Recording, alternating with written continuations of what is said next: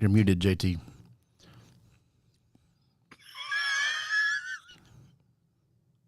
It says you're on the screen. All right. Welcome to the Southern Fried Philosophy podcast. This is live, folks. And he is muted himself.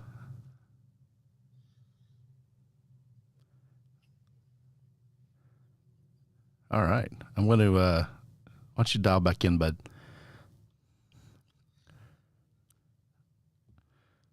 Well, we'll just hang out here until he decides to show up and do the show.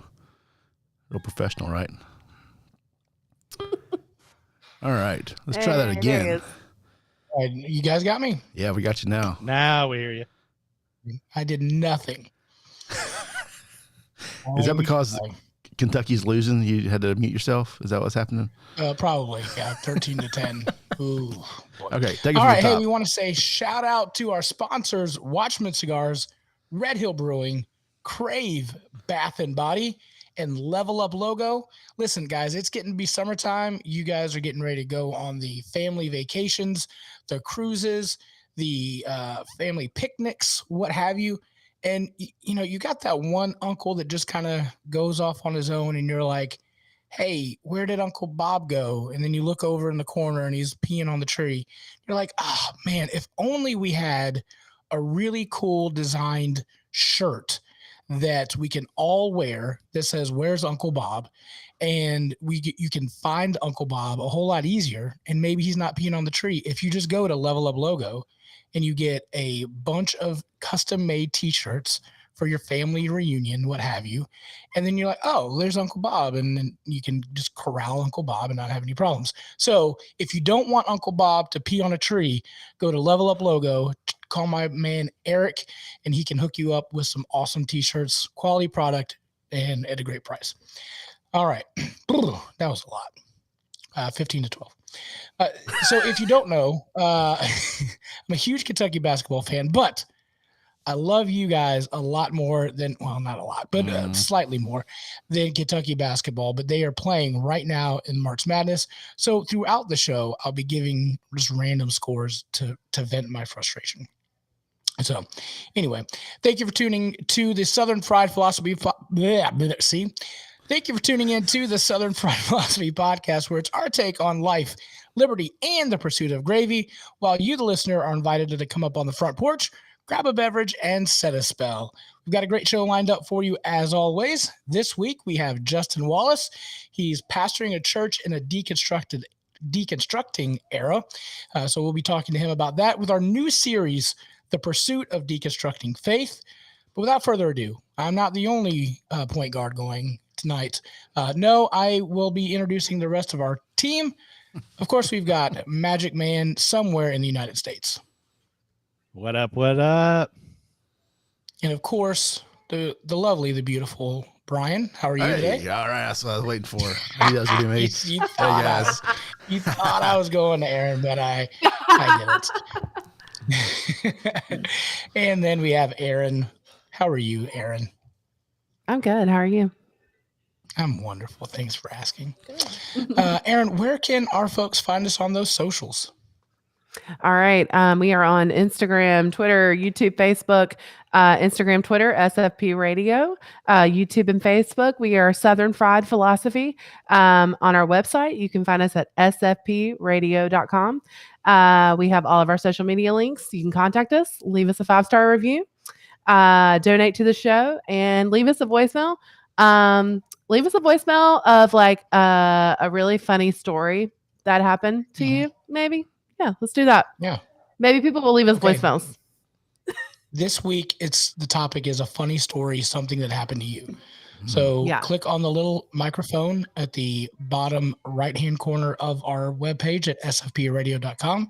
Leave a funny story. We might play it on the air. We might just sit around and laugh at it and just enjoy it. So we would appreciate that. Next week, we have Jeremy Coleman. He was supposed to be on this week, but y'all say a prayer for him and his family, just going through some stuff. So hopefully he'll be on next week. Nothing major, just some sickness and illness. So just pray for him, and we'll have him on next week. We want to say shout out to our listeners from Indiana, next to the great state of Kentucky, and we're tied up. Magic Man, do you have us some facts about Indiana? Yes, sir, I do. So first of all, here's an interesting one. Okay. In bring it. Indiana, mustaches are illegal as long as the bearer of the mustache has troubling addiction towards kissing people. So no kissing if you have mustache. Kissing addiction? Yeah. If Oh. you have a troubling kiss. So basically the law is if you have a mustache, you're not allowed to kiss anybody. Well, Honestly, I support that. So if you have a full face, full beard, goatee, whatever, wow. does that count as well? You know, I don't It's know. scratchy. Not if you use that- a Crave Bath and Body beard oil to moisturize. That's All right. All right. It's soft. That's right. And it's like Soften up your beard it's like with the laying beard your oil. face in a fleece blanket. Yeah. That's right. So, Aaron, you're anti-kissing the mustache. I know I could speak for It's just probably the itchy. other three people. We don't kiss mustaches, so it's itchy. Yeah. Women have like soft skin, you know. We don't have like I could explain it. all this hair, so it's very itchy. Jessica says no kissy because it itchy. That's what she says. Is it itchy? So, That's what she said. That's a show title right there. That's what she's- where's that's my notes? kissy. There we no go. kissy because it's itchy.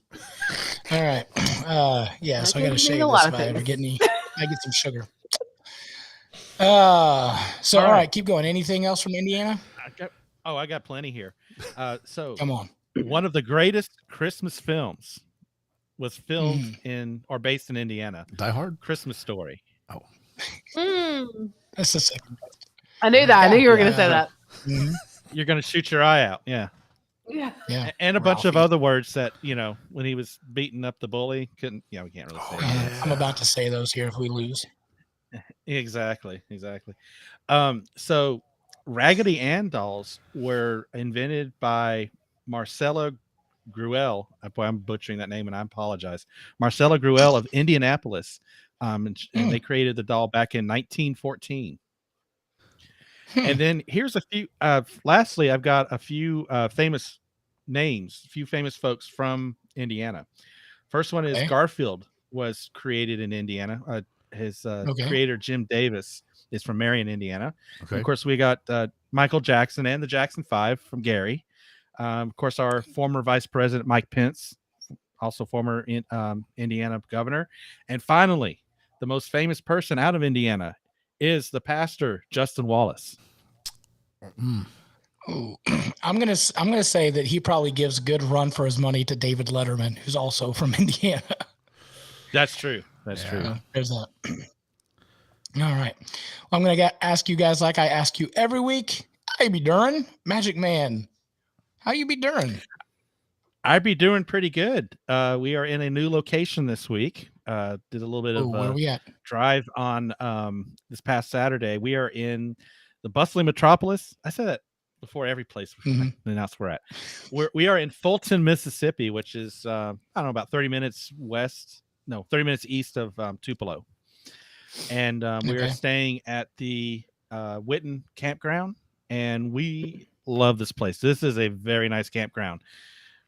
Plenty of places to walk. The weather is beautiful. Of course, any campground, the weather could be beautiful, but there's like spaces between the campsites, so you're not like on top of each other. Okay. There's lots of natural area, and we love it. It's great. And Nice. Next door to the campground is a marina, and at that marina, there's a place called Guy's Place. Oh my gosh, it's called Guy's Place, something on the water dining. And that is Is it Guy basically Fieri? no, not Guy Fieri, Are you in Flavor but Town? I'm maybe, who knows. There's another show title. Yeah. But we went there Saturday night when we got here, and Lori had the catfish and I had chicken tenders, and it was very good. Very good. You had the kids' meal, is what I heard you say. Yeah, pretty much. pretty much. How do you judge But a the- restaurant by chicken tenders? But all right. Hey, we judge restaurants by chicken sandwiches, so it's not that Well, far that's off. true. You're right. But no, the service was really good. Price is good. It's right on the water. Kind of reminds me of this restaurant and actually the name of the marina is called Midway Marina, which there's one of those on Lake Norman. Yep. And there's a restaurant there, which I understand is now closed, but there was I know my family and I, we used to go there and eat every now and then and enjoyed it. So it kind of reminded me of that. But we enjoyed our meal there. It was a really good place. It's a Blue Parrot. Blue Parrot's actually on the other side of the Highway 150 bridge from. Oh, you were talking about the other one over by Queen's Landing, over that way. It's That's where Midway is. No, it's so like if I know there's people here. Never mind. Like, It's what a are Lake they Norman talking about? Geography podcast, Yeah. guys. Everyone knows Yeah. exactly Yeah. what you're Yeah. talking about. Yeah, So if you turn left listeners in after Canada the are gonna bridge, What are the coordinates? Yeah. go up to mile marker 5, hang a left, Okay. and then turn on the right cove there, and there you go. No, it's By that broken down shell station. Over yonder. Yeah. Half click. the half sunken boat. Yeah. So yeah, we enjoyed it, but we've really been enjoying this campground. This has been one of our favorites so far. So yeah, enjoying the RV lifestyle here this week. Yeah. I'm glad you enjoyed the chicken nuggets. That's a good job. Aaron, how you be doing? Chicken strips. Oh, chicken strips. Correction. Now it's Semantics. Yeah. Do you dip it in ranch or honey mustard, barbecue? Barbecue sauce. That's the greatest question Okay. we've ever asked. Barbecue sauce. Interesting. Yeah. barbecue sauce. That's There it is. surprise That's the there. wrong answer. Ranch is the way to go. no surprises there. Really?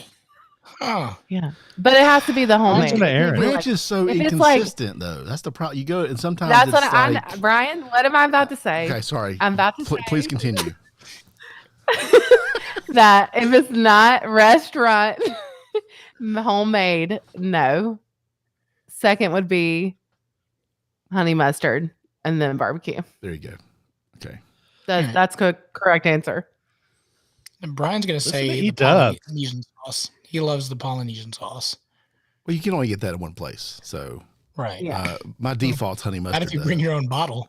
You Well, can yeah. bring Honey your mustard own. is very good. honey mustard Yeah. in general, but the honey mustard's inconsistent too, because sometimes they it's honey Dijon, they call it honey mustard, which isn't the same thing, Sure. Mhm. right? That's true. Yep. Very true. It's awful. Anyway, So, I'm good. Yeah. That was a hot debate there. Yeah. I Hot topic. I'm suffering a little bit this week with the weather. I've got really bad allergies, so I'm struggling. I have to, You're on the I'm struggle bus. trying to be diligent about my allergy medicine, but eyes are watering, a little stuffy. Mhm. Oh Things man. are going down. So I'm sorry. And then you says it's only gonna good get times. worse, Good times. right? This hasn't even started yet. Yeah. What I'd like to know I is what do you know. have in that mason jar? Just a little Sauvignon Blanc. Look at you getting fancy. I'm impressed. I'm normally a red wine drinker.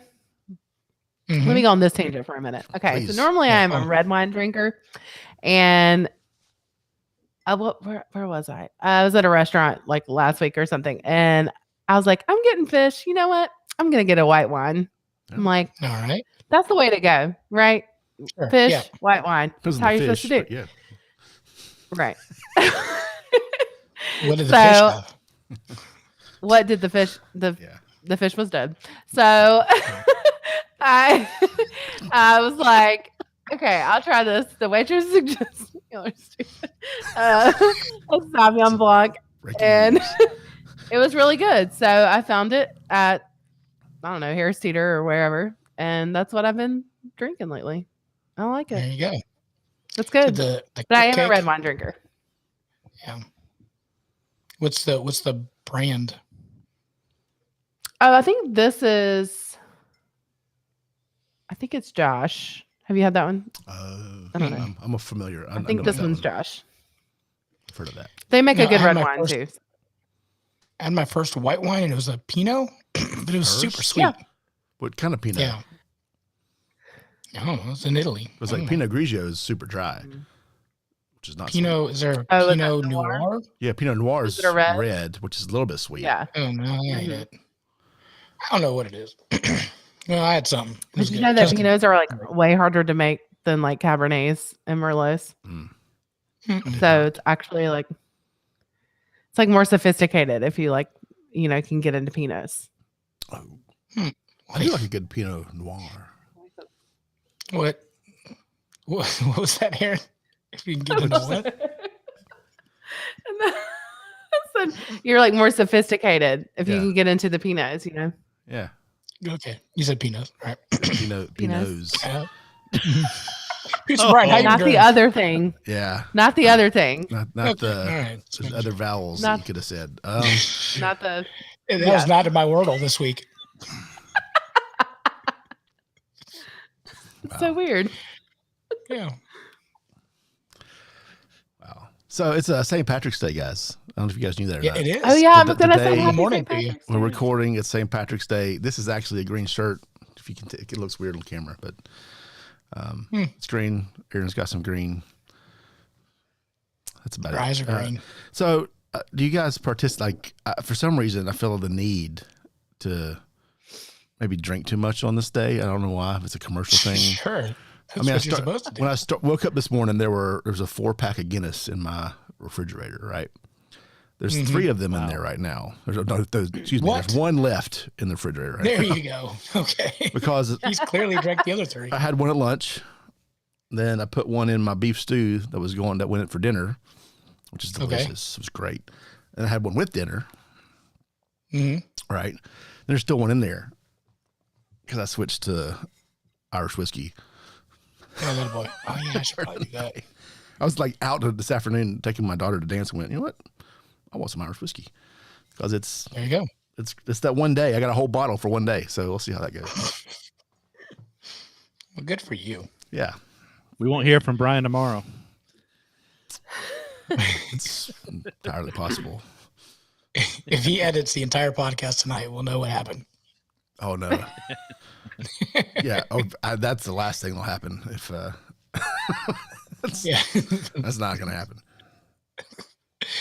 Oh, well, I am dipping into March Madness right now, 22, 26, we're up.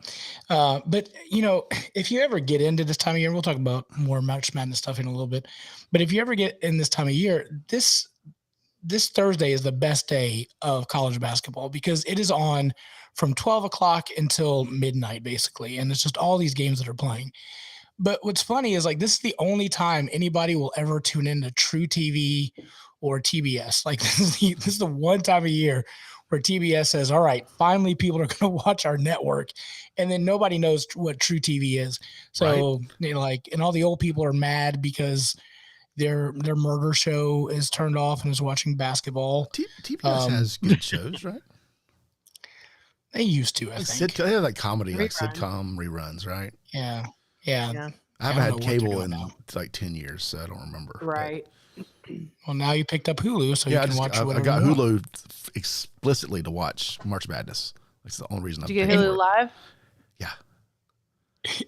He had the regular Hulu, so he's gonna have to see No, what I happens had next zero. week. I had zero Hulu, so I got the live TV, no ads, So ESPN expensive. Plus. I bought the whole thing. I'll be broke in a month, but I can watch the basketball. But you haven't watched basketball though. Like all of a sudden you decide to pick it up. I've always enjoyed it. It's just I haven't had time. And Okay. I've always liked watching March Madness. I used to, at Okay. a previous job, it was pretty great because me and my boss would set up a TV in my office. And it would just nice. be on to start for the ACC tournament and for March Madness. Yeah. And like he Yeah. would come in and out, and sometimes he'd sit with his laptop in my office and work. But it was just on in my office all day. Sure. Right. So, yeah. So that was built into me for several years. And then there were some changes, and I had to be a little sneakier about watching it all day. You know. Mhm. And now I'm my own Yeah. boss, so I was on the couch with a Now you can laptop do all whatever you afternoon. So Well, you mentioned this is a story that will be on our show notes, but we'll just kind of mention it now. You were talking about just you had to be sneaky to watch it. So the statistics from last year during March Madness, the production rate at work went down because people were watching March Madness. Now, I'm not saying I do that, but I do have a TV in the office, and my office looks directly at the big TV, and there might be a tablet to my right. So, I've got a good view of TVs that I don't watch, during March Madness. But they've lost in that week, in those 2 weeks of March Madness, $13.3 billion of productivity during those 2 weeks. 13.3 billion. Who did that math? Seriously. You know what? I had it. It was like some law firm, not law firm, but it was like a somebody did it. I don't believe it. Look it up in the show notes. But yeah, $13.3 billion of lost revenue because productivity went down. I'm not saying I'm a cause of some of that, but definitely am a cause of some of that. I was plenty productive. Also, so I'm just saying. Also, this is interesting. You might or might not even care about this, but if you're ever betting on a game while it's going on, like if you're at a bar or whatnot, and there could be some time left. Did you know that the first team to make 71 points, the first one, whoever makes 71 first, has a 94% chance of winning the game? Pretty fascinating. So if you're at a bar, they hit 71, like I'll bet you $20 if they win this, no matter how much time is left. So just a little fun fact for you on that. I watched one game this afternoon that barely got to 71 at all. So yeah, so that's a problem. All right, here's our Southern phrase of the week. We have to have a come to Jesus meeting. Have you guys heard that phrase? Gonna have to have a come to Jesus meeting. You scared me for a second. Oh man, I thought you were. No, I'm not saying you. I forgot you were. I thought you just stopped in the middle of what you were saying and we're just dropping it on us. No, that's our Southern phrase of the week. This is our Southerners' way to tell someone that they're about to have a discussion that will probably have some real impact. So if somebody tells you comeuppance. A comeuppance, there you go. I like it. That legitimately stressed me out. You said those words, and I got stressed out. It's happened. Period. Just from the ingrained. It's just there. You said that. How about it? It's a trigger. It's like PTSD. Priest Brian's got triggered. Yeah. Wow. Ooh. Scared. Well, how about? I'm gonna sit over with my whiskey and calm down.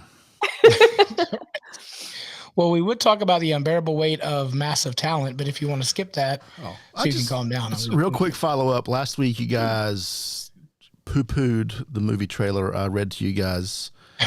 Then it went to a film festival last week, and it got a perfect Rotten Tomato score. You have to preface and tell the listeners what the movie is and then what it's about. The movie was Nicolas Cage playing Nicolas Cage in The Unbearable Weight of Massive Talent. The short version is he gets paid. He's a down actor who hasn't made a movie in a couple of years, and he gets paid by a millionaire or multimillionaire to reprise Nicolas Cage roles just for his entertainment. Perfect Rotten Tomato score. I just want that out there from like 10 people. But anyway. It's like those Amazon reviews for like a giant gummy bear that nobody ever bought, but they say that it's the greatest thing ever. Yeah. You may or may not have heard, but the Senate has come together on a bipartisan, unanimous vote. So in all the chaos that we've had in the world, the Senate, again, bipartisan, unanimous, everyone agrees that they hate daylight savings time. So they are, it is passed that we will, the Sunshine Protection Act has been passed that we will stay in daylight savings time. It has to pass the House, of course, and then get signed by El Presidente. But hey, buddy, we may be done with the switching the clocks back. Are you guys for or against? I have an opinion, but I can let someone else talk first. All right. Aaron, what are your thoughts? I don't have any strong opinions, but I'm for. You're for? Magic Man? Yeah, I'm for it, especially now that we're being more outdoorsy with the whole living in an RV thing. Mm-hmm. Yeah, it's nice to have the daylight stay out later and not get dark so early. Also, before producer Brian speaks, just know that there are a couple of senators that have said because we're pushing it back, we may also push back school times. So, all right, producer Brian, have your say. What say Okay. you? I think it's amazing, right? That the government, or well, the half of the government, Senate, agreed on this, right? Right. My only Right. problem is they picked the wrong one. That's the question. That daylight savings time is not standard time, right? Which is the natural way to do things. So yes, it's a little brighter in the summertime, but I think that affects us more negatively, probably in general, right? I think there's been some sleep studies and things. People say if you did that longer, it's going to mess up people a little bit until they get used to it, maybe. But it's going to take a while. But in my opinion, my very strong opinion, they agreed on the wrong one. So it's like, isn't that like the government? Like, hey, we're going to do it, but we're going to do the exact wrong one. It's the opposite. It's the one that it's going to hurt. Yeah. Like it's just like not natural, right? It's the standard time. We say the fallback is the standard time. This is the standard one we use, not the spring forward. Nobody wants to spring forward. Nobody spring. Let's all fall back, and then we'll stay at the fallback. Yeah. This is the broken time. Is the extra daylight, right? This is the one that's not natural. That's not the right one to be. But I'm not a politician. Well, we talked about some Cabarrus County burgers last week. So Aaron, you had one from the Hot Box this past week. And just to recap what that is, Cabarrus County, where we live, has a burger competition for the local restaurants. And then, people just kind of get hyped up about it and they go eat at these different restaurants, try these different burgers. But Aaron, you tried the Hot Box hamburger. I'm looking it up here. I can tell you, I have it pulled up. Oh, okay. Go for it. It is a 3rd-pound burger with tomato, bacon jam, cheddar and provolone cheese, crispy onions, smoked jalapenos, and garlic aioli. Okay. And what say you? What was your thoughts and opinions on said burger?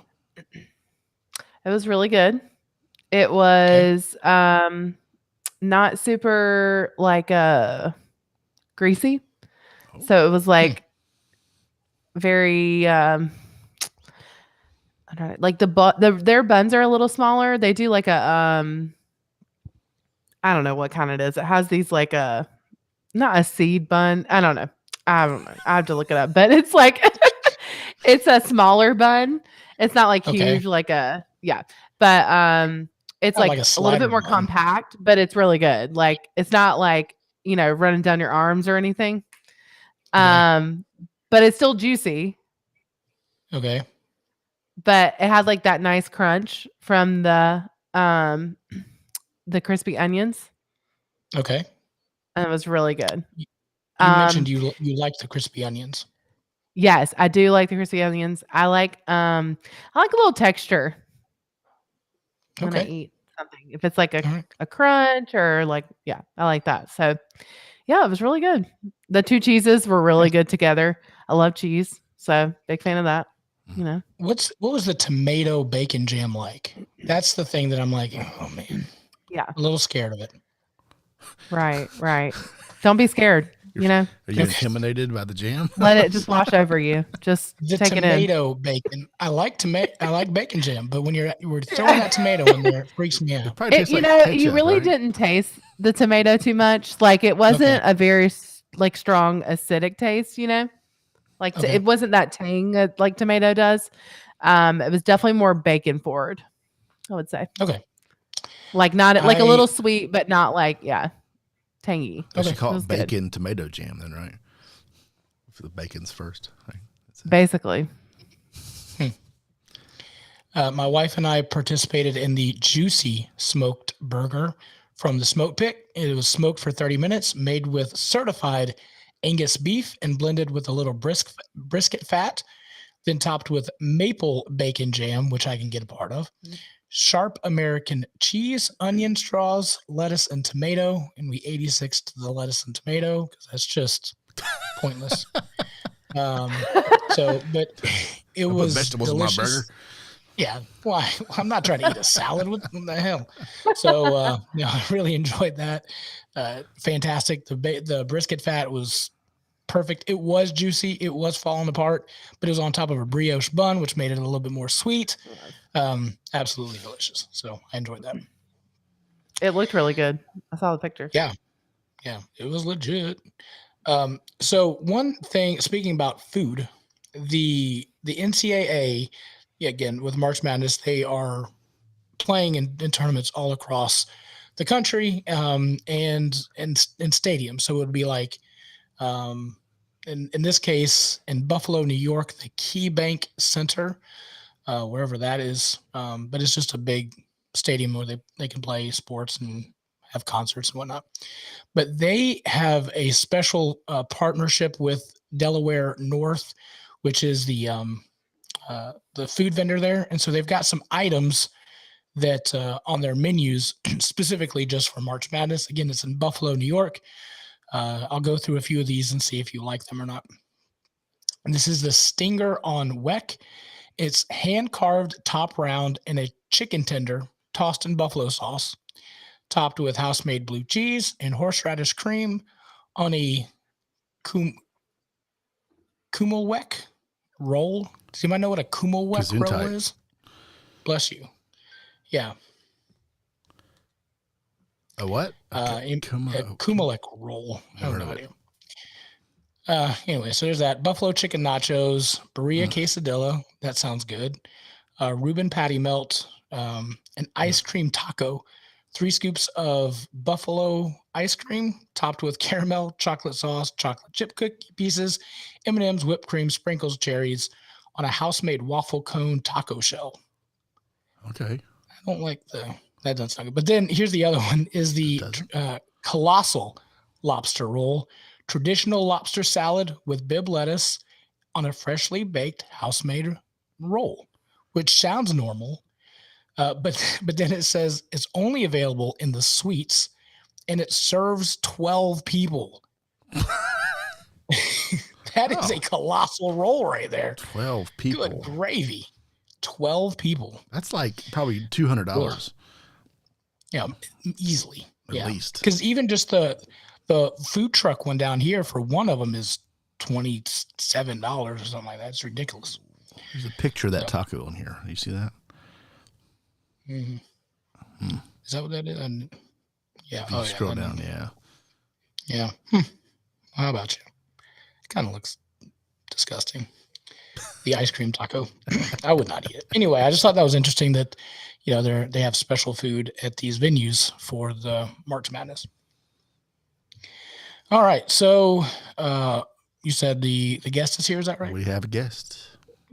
We have guests. All right. Let's go ahead and bring him on. Alrighty. And last time I checked, it was 37-37 tied up at the half.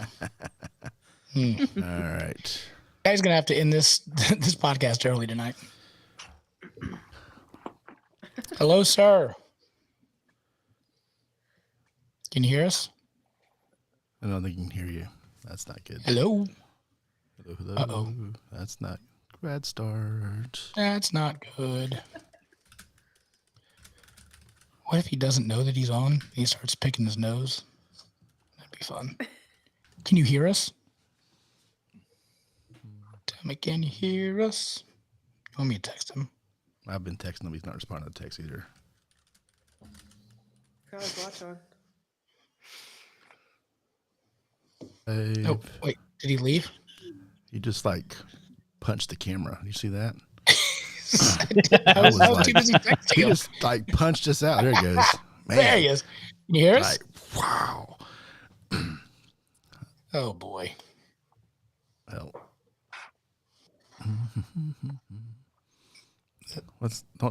Don't message with your camera. I've got him. But that mess with your camera. Don't do that. Put that away. Can you hear Put us? that away. Sorry. He's shaking his head. Well, we're off to a fine start. He's wanting to talk about deconstructing. He can't even get his computer to work. What? Somebody just rolled up in my street with no lights on. What are you doing? Was it the 5-0? It's either that or I'm going to get shot. One of the two. I can hear him clicking, touching stuff. But he can't hear us. Live radio, kids. Live radio. Marco Polo. All right, let me troubleshoot here. Are you trying to text him? I'm texting him right now, yeah. Okay. Get your phone. Get your phone. He jumped out. No, he's talking to me. We're good. He's talking to me now. Okay. I didn't know. Okay. Yeah. I'm going to go back to there we go. What were you talking about? Food? We were talking about the food in Buffalo, New York. The different foods. Oh man. No, there's 3 seconds left. Shoot the ball. Come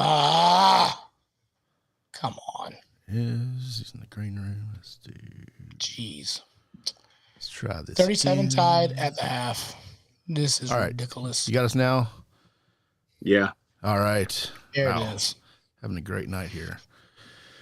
I mean, we're pumping on all cylinders at this point, champ. Can't even talk. I'm so upset.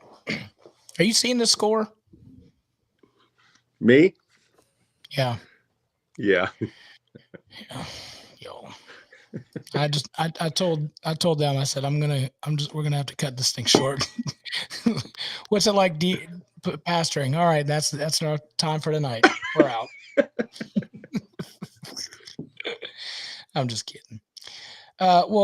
Justin, thank you for coming on the show. You've been on the show several times, venting, talking, explaining, preaching, doing a bunch of great stuff on the show. And I appreciate you coming on and being candid and just being real.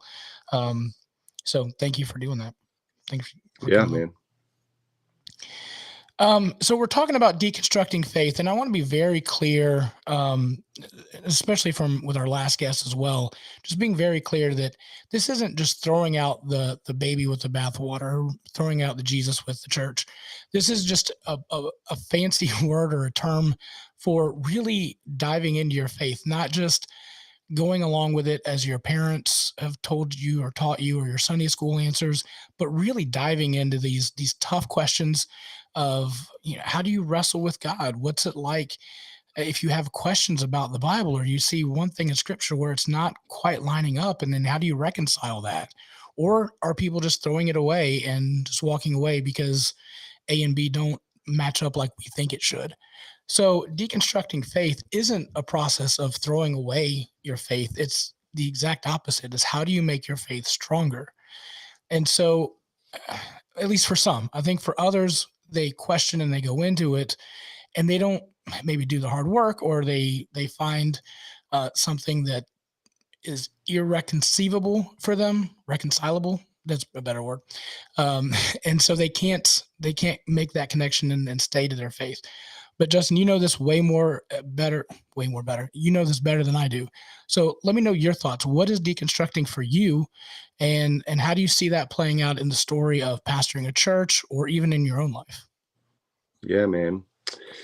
Yeah, so it's really become the hot button topic here, probably in the last, 12, 18, 24 months or so. It's all the talk on the Twitterverse. And it feels like it's one of those things where now everybody feels like they need to share their deconstruction story. And so, yeah. And I think there's a lot of confusion, I think there's a lot of misunderstanding. And so for me, I personally went through a period of deconstruction, not right out of college, but within the first year or two after graduating from college and being in full-time ministry and seeing some of the rough edges of the corporation of the church, some of the ways that it can mistreat people, and some of the ways that a lot of it is like, for me, it was that my questions were often dismissed. And so that led me down this road of well, I'm going to ask them anyways, and I'm going to start searching for answers. Yeah, so I went through my own process of deconstruction. I have walked through that process with many people. I have seen people, friends of mine, walk away from their faith completely, unfortunately. And I have seen people whose faith is so much stronger on the other side of deconstruction. The stories are across the board. And yeah, I have a lot of thoughts, on what we're seeing today in the church and what we're seeing, especially on social media. Is there, I would think that there'd be a huge difference between deconstructing the church and deconstructing your faith. Yeah, yeah, absolutely. And I think it's important to identify what you are doing. Now, I will say this, that there is an intimate connection between the church and what we believe about who God is and how God operates in the world. That was very true for me. So I grew up in the church. It wasn't all roses. It wasn't all fluffy clouds growing up in the church, but I never had the sense that I should deconstruct my faith until I saw the church not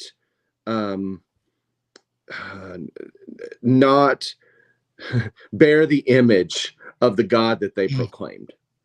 And that is what started to send me into deconstruction, was rubbing up against those rough edges. And so I understand where the two get mixed up often for a lot of people, that I can say I'm deconstructing the institution of the church, but often that is mixed and coupled with deconstructing what I believe about God, because it's the idea of transference. So I transfer my experience with Christians onto what must be true about God. And so I might be just deconstructing the church, but at the same time, I'm also deconstructing what I believe about God, because so much of what I believe about God has been molded and shaped by my experiences with the church. And so it's really hard to separate them, I think, for any of us that have a lot of experience in the church. Yeah, and people, maybe why we see a big exodus, I guess, from the church, or even people coming into the church for the first time and not sticking around, probably is because, that the gospel that they're preaching isn't the lifestyle that they're living all the time. In rural country churches, we use the analogy of somebody coming in and sitting down on their pew, and then somebody coming in and saying, "You're sitting in my pew." Well, Jesus would never would do that, right? Like, even just that like small example, but Christians, that's not how Jesus would act. So it's kind of easy to understand why people would do that. Yeah, and we're all hypocrites. So if we need to do a raise of hands, we should all be raising our hands right now. We're all hypocrites. The church is full of hypocrites. I think where I ran into more than just people being imperfect was when people started to use their power to really make sure that people acted in the way that they thought they should act. And so a lot of my experience in the church, my negative experiences, my unhealthy experiences, were always connected to this holding on or white knuckling of power, of corporate power within the church, of organizational power, and that to me did not jive with the Jesus that I was reading about in the Gospels. And it didn't jive with what Paul would say about the attitude of Christ, even in like Philippians chapter 2. And so that was really the disconnect for me. It wasn't that I had such high expectations that people would be holy and people would somehow be perfect, but instead it was when the leadership of the church did not look anything like the Jesus that we were to be proclaiming. And that was really the point for me, where I started asking a lot of really hard questions. And yeah, it was a painful place, you know. And I think that's Yeah. another thing that we need to name about deconstruction, is that it's not comfortable. It's actually quite painful, because faith, growing up in a faith system, being connected to a faith system, gives you a lot of stability. It gives you a lot of security, Mhm. a lot of belonging, a lot of purpose. And then all of a sudden, when you start asking questions, and you start removing some of the, as like Rob Bell was kind of the one to talk about this, like removing some of the bricks away from your wall that you had built over time. That is Mhm. a very painful, dangerous, and risky experience. And Yeah. I think it would be really, I think it would go a long way for, you know, this generation of deconstructionists, if the church would acknowledge, if church leadership would acknowledge just how painful it can be. Mm. It's not an easy process. Yeah. And just coming in, sitting down, leaving church, that's easy, right? Like you Yeah, just come in and punch your clock in, punch your clock out, yeah, and that's yeah, it. But really diving deep in your faith is where the work and the journey begins, right? yeah, yeah, yeah. So one of the questions I have for you specifically, and your take and spin on this, is just pastoring. One, like as a pastor, and you're living a different way than what we would see in churches around our area. How, what's the tone that you get from other pastors? We're not naming names. We're just generalizing here at this Yeah. point. But like what? How do they look at you when you're just like, I'm not going to be part of this model that really strives for power? Mm. Yeah, that's a great question. I you know, I've had experiences where, so at the church that I help pastor, we are doing our best to go from a model of hierarchy to a model of a round table, where we are all sitting at the table, where there are multiple voices sitting at the table, and being able to um, help us discern where the Holy Spirit is leading us as the body of Christ. And so some of that means that we've had to make the switch from being a male-led, male-driven congregation to a congregation where both men and women are at the Mm, table. And that can get really uncomfortable. Like, it's not so much in our church, but whenever you start telling that story with other pastors and in other circles, and you can start to see some of, especially with us dudes, like some of the grabbing a hold of, and the questions of well, what are all the guys going to do then? um, and and the mm, automatic assumption is, well, if I start to live in mutual submission, then somehow I'm going to lose my seat at the table, which is not the mm, case whatsoever. It's just that I believe that I want to invite as many voices to that table as possible. yeah. Another look that I get often is, well, how in the world do you make decisions? Who makes the last call, Justin? Like, let's be honest. You know, Right. it's like, well, I mean, we all do. We learn how to have conversations, you know, and, well, where's the Mm, buck stop? I hear that a lot, you know, really? and so yeah, and I mean, I understand, you know, I understand, because I've been around this thing for so long that I get it. I just believe there's another way. I really Mm, believe that, obviously, I know this is a shocker, newsflash, we haven't been doing so well at this lately, What? right? yeah. So What?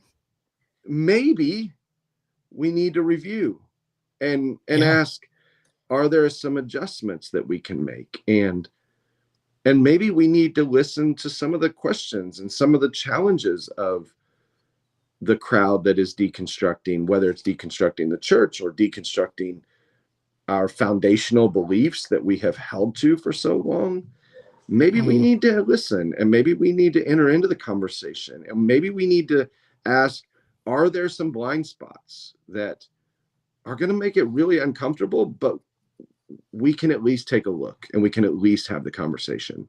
Maybe we should see if there's a better way. Wow. Why do you think that other pastors aren't willing to even do that? And I'm not trying to put you on a pedestal, because Lord knows that I've knocked you off that pedestal, or I feel like I've tried to knock you off the pedestal many times. Yeah. But why do you think pastors do that? Like, just because of the power issue? I have a buddy who challenges me because I talk a lot about power and the temptation for power, and he pushes me really hard. And so let me not jump to the power. I think there are some other things going on. I think one is that it's honestly, it's easier. It's easier if there's just one person in charge. Like, you make the calls. It's faster. It feels more efficient. You have more control. I get it. The other thing is, a lot of times pastors feel this pressure to protect their baby that they're leading, and to protect their livelihood. And so there's a temptation of security at play. And it's really, really difficult for pastors to name that I am being tempted in the area of security.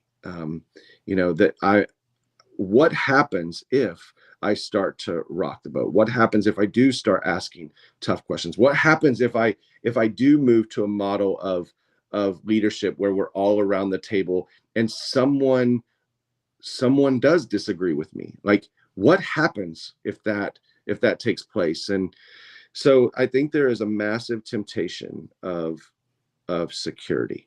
And I, it's so cool. Like, I have the opportunity to sit with some pastors, and when they have this kairos, this aha moment, a light bulb moment of where, and they have the courage to name, I am being tempted in the area of security, where I want to hold on to things, and I want to be able to control things and even manipulate things.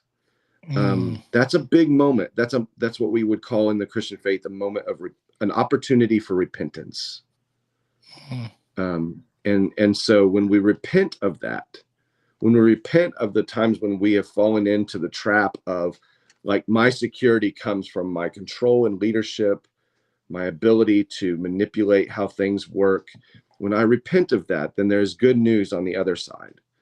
And that good news is that we are the body of Christ. We are the body of Christ. Not I. We are the body of Christ, and we get to do this together with one another. We are able to discern the Holy Spirit and his direction with one another. That is the good news. But we only will come awake to that when we are able to repent of the places where we have given into the temptation of security.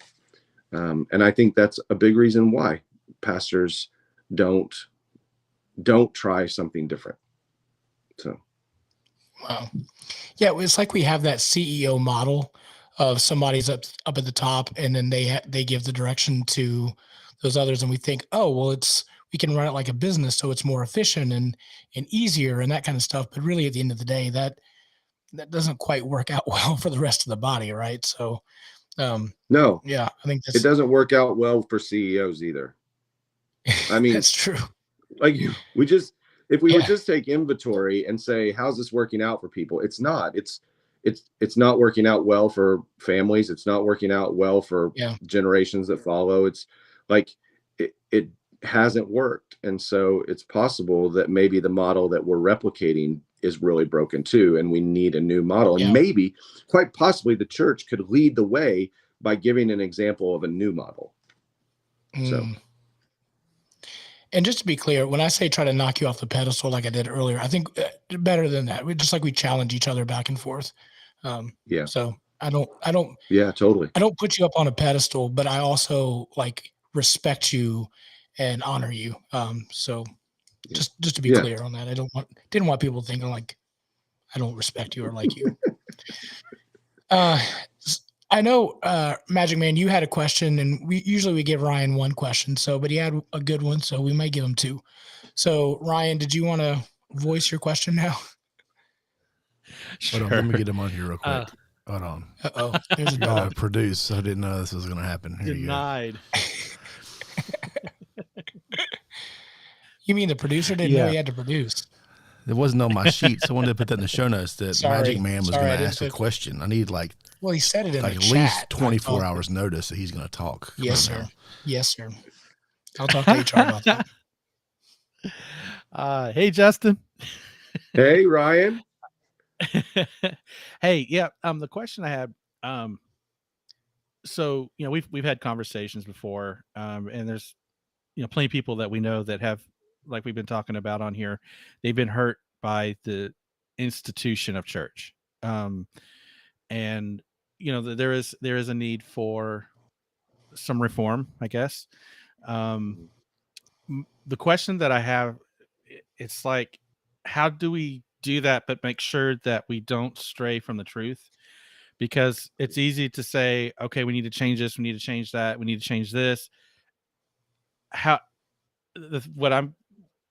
What my concern is to make sure that we don't let anything trendy or popular or whatever to pull us from what the truth is. So I know, for example, we've had certain things like True Love Waits, Promise Keepers, WWJD, things that were cultural, I guess you could say, in the past.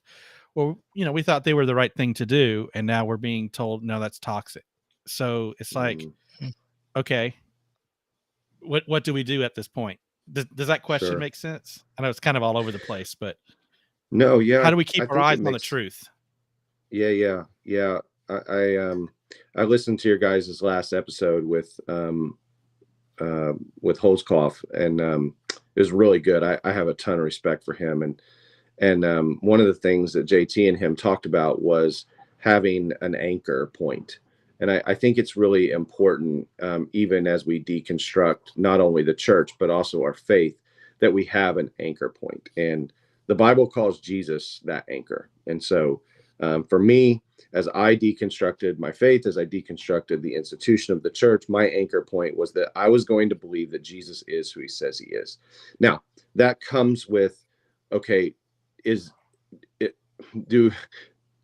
what I believe about who Jesus is and what Jesus says about himself, has that been so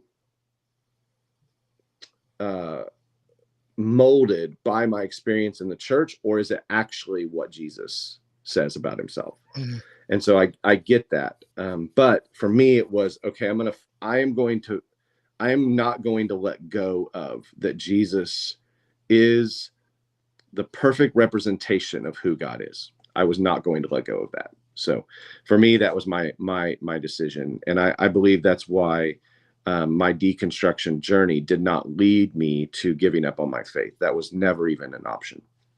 Not that I'm not a doubter, and not that I haven't had major questions about the existence of God, because I am Thomas the doubter every single day when my eyes open. But I am always going to hold to that anchor that Jesus is who he says he is. And I'm willing to live and die with that belief. And so that's the first thing. I think the second thing is that it's really smart to go through your deconstruction process with in community, and having at least one or two or three people who are willing to ask the hard questions, are willing to say the hard things, are not just going to pat you on the back, are not going to just affirm everything that you wake up in the morning and think that is true, are not going to affirm everything that you tweeted out and you thought that it was truth, and it was just like it just bubbled up in your head somewhere. Like, those are not friends. That is not true friendship. True friendship is really what JT was talking about. It comes alongside of and says, okay, I hear you saying this, but let me ask you this. I hear what you're saying here. I hear what you're feeling, but have you thought of this? That is friendship. And so if you're walking through deconstruction, don't do it alone, because that can be a very, very dark hole, a very, very lonely hole. The last thing I would say is, as I was thinking about this conversation tonight, I was thinking, why do I believe that some people are taking the deconstruction journey to the end where it says, I'm willing to give up my faith? Why is that happening? And I have been reading a book and studying this idea of patience and endurance in our faith. And I think that in the early church, it wasn't that the early church didn't ask these hard questions and didn't struggle with these same things. They did. We are not somehow more evolved as humans, that we are the only ones in all of human history to ask these questions. We have massive egos when it comes to that. They have always asked these questions. They've always asked these questions. What they connected to themselves to was the virtue of patience. It was a slow burn. It was a crock pot. It was the making of good drink. It was that I am not going to make this decision. Like, listen, I see all this. I've been deconstructing a long time. Oh yeah. How long? Oh, 12 months. Really? 12 months. Like, that's not a long time, guys. Yeah. Like, try 40 years. That's patience. Well, I deconstructed and made a decision to walk away from my family because, I just don't believe the same things anymore. Really? Really? Like, you're willing to throw all this away. That's interesting to me. That is really problematic. And I think it's because we've lost the virtue of patience. Alan Kreider, in his book, The Patient Ferment of the Early Church, says that the early Christians believed that patience was the highest virtue. And it literally, it was a picture of the patience of God, the patience that God has with us. And I think what's lost in this conversation of deconstruction is the long obedience in the same direction. It's the long, deep burn. It's that this is a long journey. And so, man, like, if you're out there and you're listening to this, you're like, man, I'm on the edge of throwing my faith away. Like, I would say, keep going, keep walking. There's lots of people that have come before you that have asked the hard questions, and they kept trusting that God is going to be who God is, and kept trusting that Jesus is who he says he is. And they kept pursuing, they kept asking the questions, they kept knocking on the door, and good things were down the road. It may have taken 20 years. I don't think you'll be disappointed. That may not make, it may not fit into a certain amount of characters on social media, but I promise you that if you will be patient, you will be more pleased with your life 40 years from now. I promise. We're just so instant gratification, instant journey. It's I think it's killing us, and I think it's what's like bringing so many people's faith to such quick ends. Yeah. I would say this, guys, I've been in the church for 42 years. I would say that in order for me, if I were starting to deconstruct now, the only honorable thing to the last 42 years of my life would be for me to go through a deconstruction process of 42 years before I said, I don't believe in this anymore. That would be the only honorable thing to the people that have invested in my life for the past 42 years and the way that God has worked in my life for the last 42 years. If I've given my life to that for 42 years, then I better give myself to 42 years of deconstruction before I decide maybe the first 42 years weren't all that I believed it was. So I think we just need to slow down. So You can't make a good brisket in a microwave. no, you can't. You know, there's an art, and you're getting into it, and I've just started. Is you can't make a good brisket. It takes hours and hours and hours, and trial and pushing and trying to manipulate the fire, manipulate the smoke or the cut of meat, what have you. It takes hours for this meal, 10, 12 hours, and we don't give it time to rest. Even when we pull it off, we just want to cut it and eat it. Well, it's also got to rest. It's also got to take hours just to calm down. We're instant gratification. That's who we are and what we've become. In 140 characters, we get our news. But there is an art to patience. Yeah. Having a 2-year-old, I'm starting to learn that. So,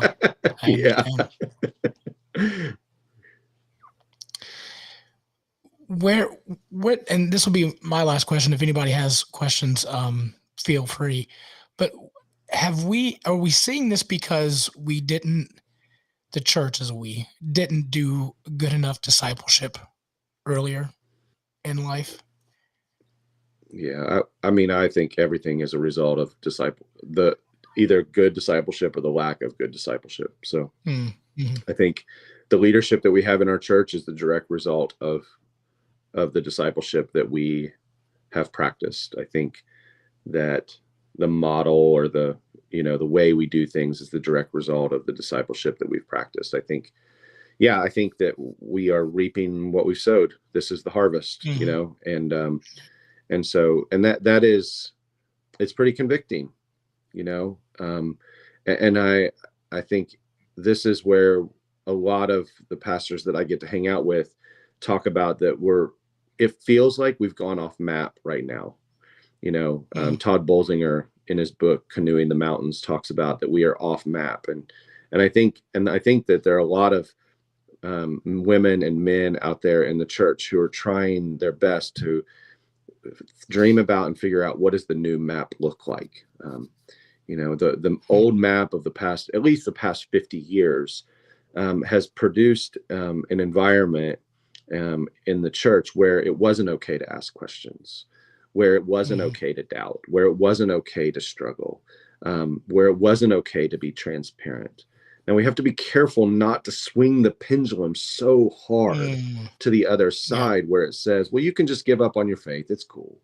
And we can't swing the pendulum to the other side where, well, you could just be whatever it is that you want to be. And as long as you're happy, then that's cool. And God is cool with that.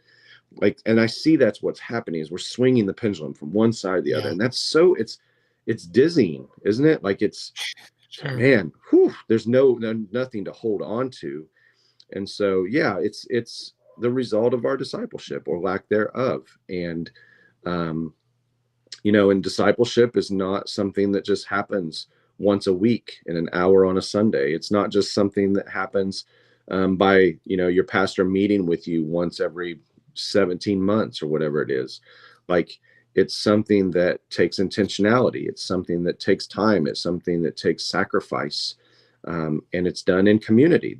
The early church was so committed to this idea of communal discipleship. It was not individual one-on-one discipleship. It was a commitment to each other and discipling one another as we follow Jesus, because Jesus is ultimately our rabbi.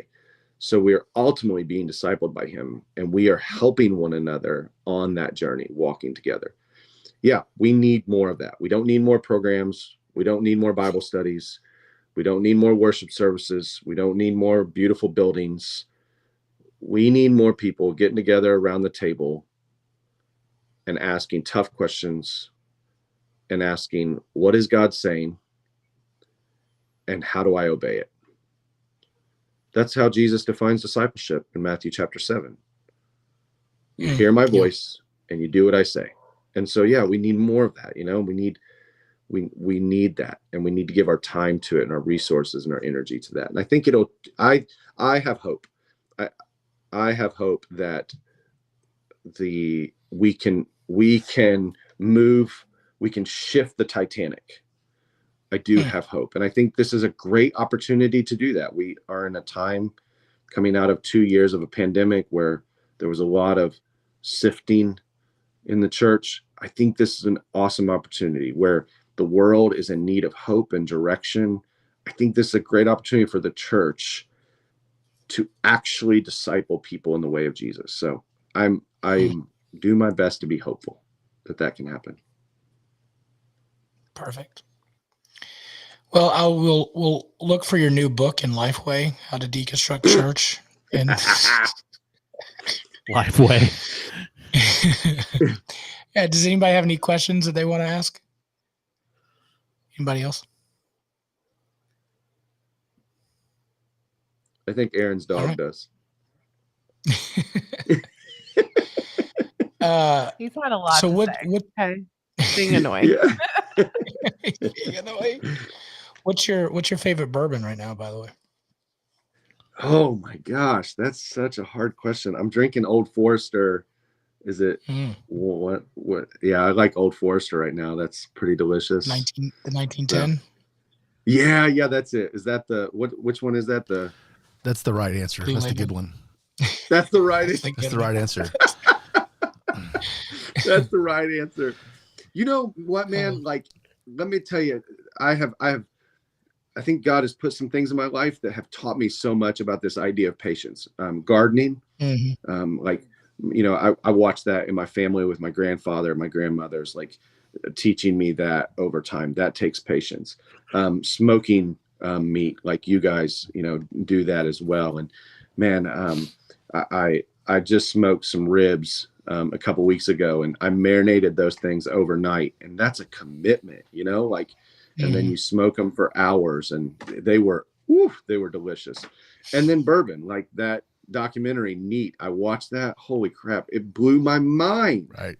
It blew my mind. Like, even if you're, you know, I get it. Alcohol is not a big thing in the church sometimes, but watch that documentary and just think about how long of a process this is. That is what faith looks like, is the long journey over time. And so, man, I'm grateful. Like, I'm grateful that God keeps showing this to me just to remind me to linger a little bit longer, you know? So, yeah. Where can people find you if they want to tune in to the church or watch your sermons, that kind of stuff? Or don't look me up on social media. That always gets you and I in trouble. That's not a good one. You can find me on Instagram. Definitely head straight to Twitter. Yeah, don't look up my Twitter. Look me up on Instagram, JSTN. Head straight Wallace. there. And then look up our church on YouTube. It's One Life CH. So youtube.com, One Life CH. And I believe we put out really awesome stuff that points people to Jesus and makes much of Jesus. Whether it's my teachings or Carrie's teachings or Daniel's teaching, like, there's just some good stuff on there. And our prayer is that it would encourage you as you are on this journey. And we'd love for you to be encouraged by the stuff we put out there. So check out One Life CH on YouTube.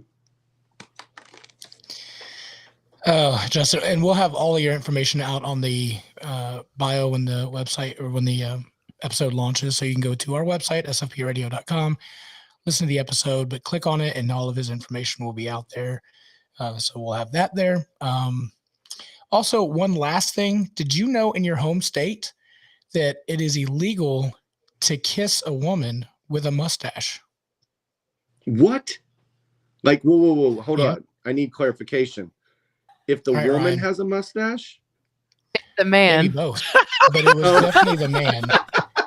I knew you were going to say that the way you worded it. It was like, I said it. Yeah. Because I'm pretty sure if you track some of my family back a few generations, there were some women with mustaches. And so just needed clarification there. And nothing wrong with a little mustache. Yeah, nothing wrong. Aaron can fix that, though. By the way, if you have a mustache, I'll wax it off Aaron for you. That's fine. I got you. There you go. So I've asked her multiple times to cut my hair, but she doesn't do it. The joke that never Ryan, does. What is the official rule, Ryan? What's the law? That if a man has a mustache, it's illegal to kiss anybody. I thought it was an addiction was In involved in Indiana. there. Do what? Wasn't he had to be In addicted Indiana? to kissing? Is that what it said? Well, that was the way they put it, but Oh. I saw it actually in a couple places, and the law is mustaches are legal as long as the bearer of the mustache has a troubling addiction towards kissing people. Anyways, yeah, you just if you have a mustache, you can't kiss anybody. Well, there you go. I like that one better. Oh, Justin, it's always a great time. Thank you for coming on. We appreciate your wisdom. I appreciate the journey with you, and I look forward to our journey as it continues. Yeah, man. Thank you. 44-49, if anybody's paying attention to the score. Just throwing that up there. Thanks, Justin. All right. Am I leaving? Bye. You can stick around if you want to, but I think that's basically the end of the show. There's not much to say. Because we've got 11 minutes left, and I want to watch the rest of this thing.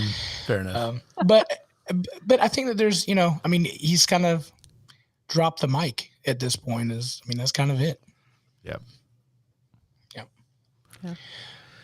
Well, guys, thank you so much again for tuning into the Southern Fried Philosophy podcast. Next week, we're God willing and the creek don't rise. Hey. We'll have Justin or Jeremy Coleman. He'll be on next week with us from the old TikToks. Look him up from the it's that pastor from Oklahoma. He's going to bring the heat. So as long as we don't have a come to Jesus meeting, I'll be there. He might bring it. Might. So. All right. Thanks again, guys, for tuning in. And as always, keep looking up.